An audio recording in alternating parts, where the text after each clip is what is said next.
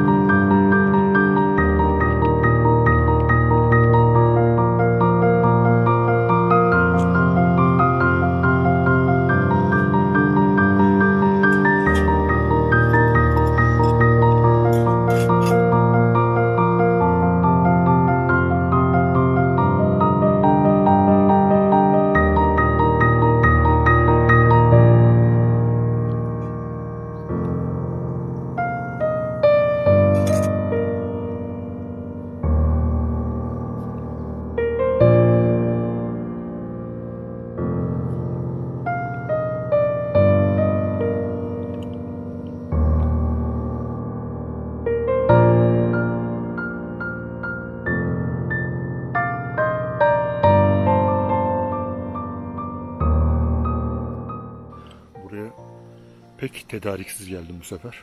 Bakalım nasıl olmuş. Kavurmalı, kapya biberli ve yeşil biberli yumurtamız sabah kahvaltısı.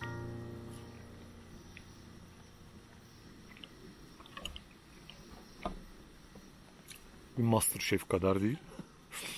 Henüz giremem herhalde yumurta kırmakta. Ama kamptaysa olay nefis. Bu kamp günlüklerinde çok fazla bu çadır kurmaydı, yok efendim yemek yapmaydı falan çok fazla paylaşmıyorum ama bundan sonra paylaşasım geldi. Dediğim gibi biraz tedariksizdim. Aslında normal kameralarla, teçhizatlarla, ekipmanlarla gelinseydi daha iyi bir video çıkabilirdi. Ama gelmişken ben yine bunu aktarayım dedim. Nereye gelmişken? Ben Afyon'a bir iş için geldim. Afyon'a iş için gelmişken işim erken bittikten sonra Akdağlara çıkayım. Yanımda olan işte çadırım vardı, tüpüm vardı. Birkaç alışveriş yaptım marketten. Onlarla birlikte geri döneceğimi, yola devam edeceğimi daha doğrusu. Burada bir geceyi geçireyim dedim. Biraz soğuk oldu. Ama kahvaltı her şeye değer. Veya bu manzarada uyanmak yine her şeye değer.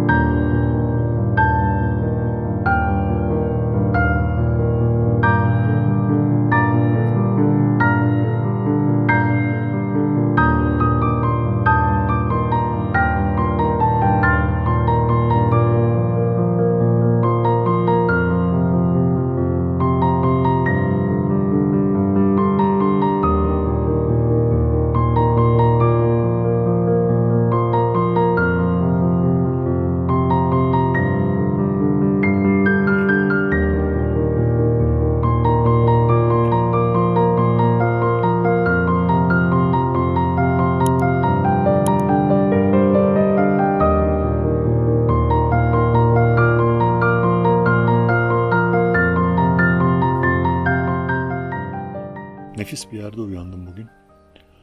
Neredeyim? Afyon'da. Afyon'un aslında bayağı bir tepesinde. Afyon Sandıklı'da, Akdağ'dayım. Akdağ Tabiat Parkı çok keyifli bir yer. Çok kamp hakkında bir şey anlatmanın gereği yok. Ama orman içindesiniz. Yanınızda harika bir gölet var. Gece uyurken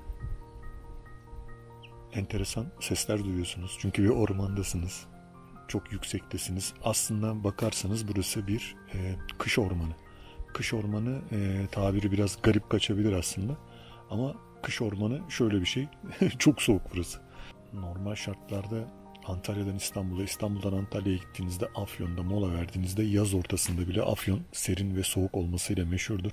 İşte bu Afyon'da bir de yukarılara doğru tırmanıp, bayağı bir tırmanıp harika bir milli parkın içine gidiyorsunuz. Sesim gidik bugün. Sesimde bir sıkıntı var. Böyle garip garip sesler de var etrafta. Bu nedenden dolayı, bundan dolayı kusuruma bakmayın. Özür diliyorum. Ama yapabilecek bir şeyim yok. Sadece kahve içmeye çalışıyorum.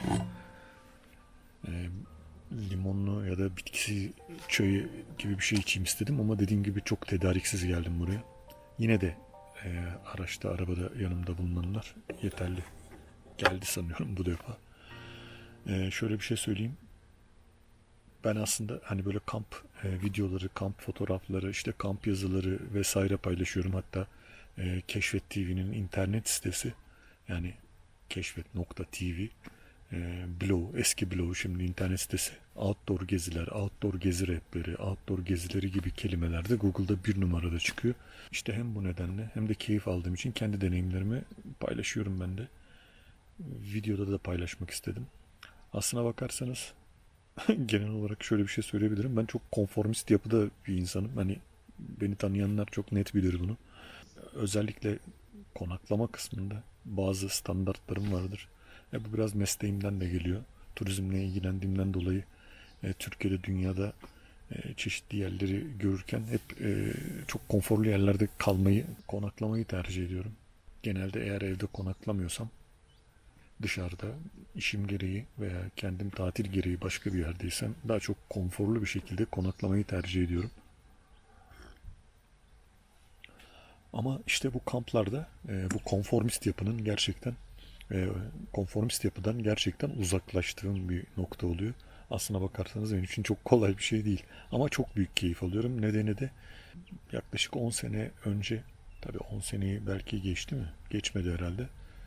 Yürüyüş, trekking, işte böyle hiking derken biraz böyle tırmanış vesaire kısımlarına girip dünyanın da çeşitli yerlerinde belirli rotaları yürüyerek, en azından o rotaları bitirerek diyelim, yürüyerek demeyelim, bitirerek, hakkını vererek bir takım kendime göre deneyimler gerçekleştirdim. Ondan beridir de bu kamp hayatına çok daha fazla ilgi göstermeye başladım. Aslına bakarsanız dediğim gibi hani bu konforlu bir ortam arayan bir insanın kampta konaklaması hiç de kolay değil.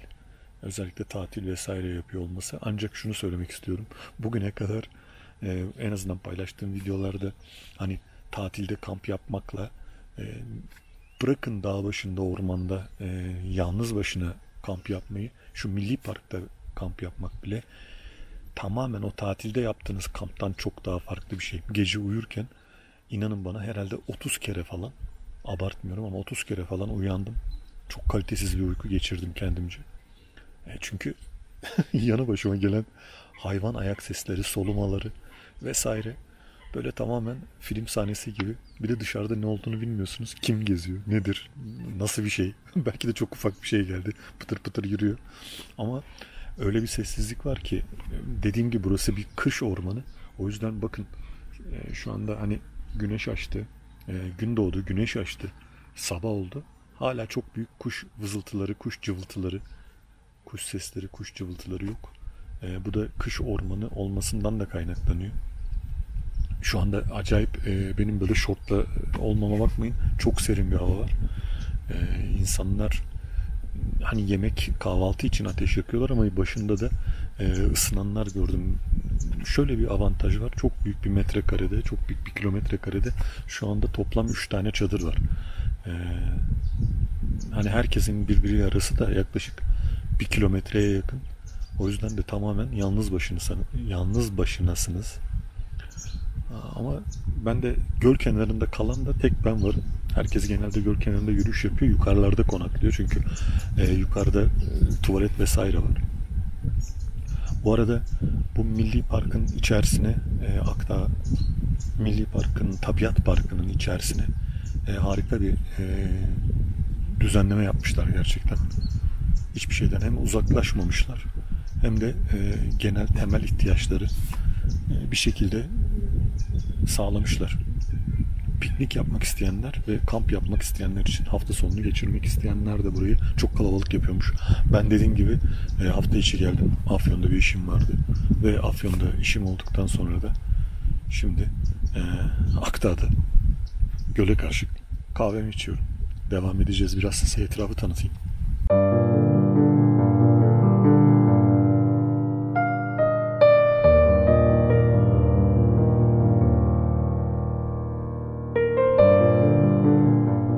Evet, Akdağ Tabiat Parkı işte böyle bir yer. Burada bir gölet var. DSİ'ye bağlı bir gölet oluşturulmuş. Arka tarafta da bu işin teknik kısmı yer alıyor. Şu anda buradan gözükmüyor. Yukarı doğru çıkmak lazım. Ama buradaki gölette Tabiat Parkı'nın en güzel noktalarından birini oluşturuyor. Tabii bu güzel ağaçların dışındaki en güzel yerlerden bir tanesi. O kadar fazla kozalak yerlere düşmüş ki hani yangın açısından son dönemde yaşadığımız şeyler yüzünden çok zararlı olduğunu biliyorum ama öylesine de güzel görüntüler veriyor ki kozalaklar. Dediğim gibi serin bir bölge. Yani 31 Ağustos 1 Eylül gibi geldim ben buraya. 1 Eylül'e geldim, evet. Afyon soğuk bir yer olmasına rağmen 1 Eylül gibi bir tarihte yine de 30 derecenin üzerindeydi yukarıya çıkınca. İnanılmaz bir şekilde soğuk hava hissedilmeye başladı. Tabii güneşteyken değil, akşam ve sabah güneş açana kadar, güneş çıkana, doğana kadar ciddi bir sıkıntı yaratıyor. Bu yüzden tedarikli gelin. Özellikle benim gibi Antalya tarafından geliyorsanız, çok da tedarikli değilseniz ki şunu iyi ki almışım. Onu da başka bir nedenden dolayı almıştım. Akdağ böyle bir yer. Girişte ücret ödüyorsunuz. o ücret levhasını ve ücret fiyatlarla ilgili kısımları videonun altına eklerim. Cüzi ücretler, milli parklar, doğa koruma ve tabiat parkları sanıyorum, böyle bir kısaltması var. Onların kontrolünde olan bir yer. Ve her yerde kontrollü ateş yakılmasına müsaade ediyorlar. Kontrolü derken kamelyalar, çardaklar yapılmış. Onların yanında da ateş yakacak ocaklar kurulmuş ve buralarda ateşinizi de yakabiliyorsunuz. Şöyle etrafa şimdi hızlı bir şekilde geçerken yine bir bakalım. Etrafta dediğim gibi bir mini marketi var. Ben geldiğimde kapalıydı. Ben geç saatte geldim. Mini marketin dışında tuvaletler, duş vesaire gibi hizmetler de var. Bunun yanında bir restoran gibi bir yer yapılmış sanki ama hani o da kapalıydı. Belki normal sezonda açık olabilir. Gerçi normal sezon, hani buranın normal sezonu, burası kışın da çok güzel olur. Kışın buraya 4x4 bir araçta gelmek lazım. Çünkü yolun çıkışında ciddi uyarı levhaları var. Buzlanma ve kar yağışı ile ilgili, ki Afyon'da olur bu. Bu yüzden de tedarikli bir şekilde bir kış kampı, en azından bir günlük bir kış kampı yapmak lazım.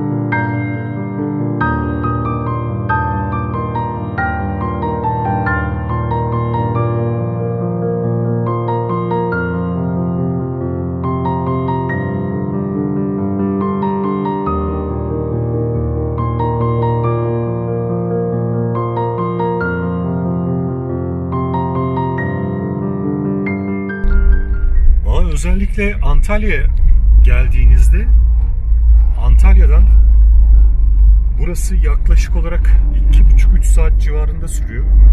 Gelişinize, sürüşünüze bağlı. Sandıklı'ya geldiğinizde Akdağ'a doğru bir tabela var ve daha sonrasında onu takip edebiliyorsunuz. Sandıklı'nın içerisinden alışveriş yapabilirsiniz. Ben de öyle tedariksizdim. Sandıklı'nın içerisinden alışveriş yapıp çıktım. Birçok market var. Şok, BİM, A101 vesaire gibi marketler.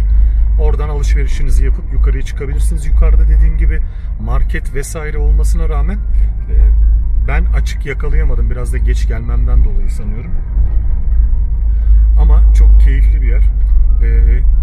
Bence Türkiye'deki en iyi tabiat parklarından bir tanesi. Abartmıyorum bunu.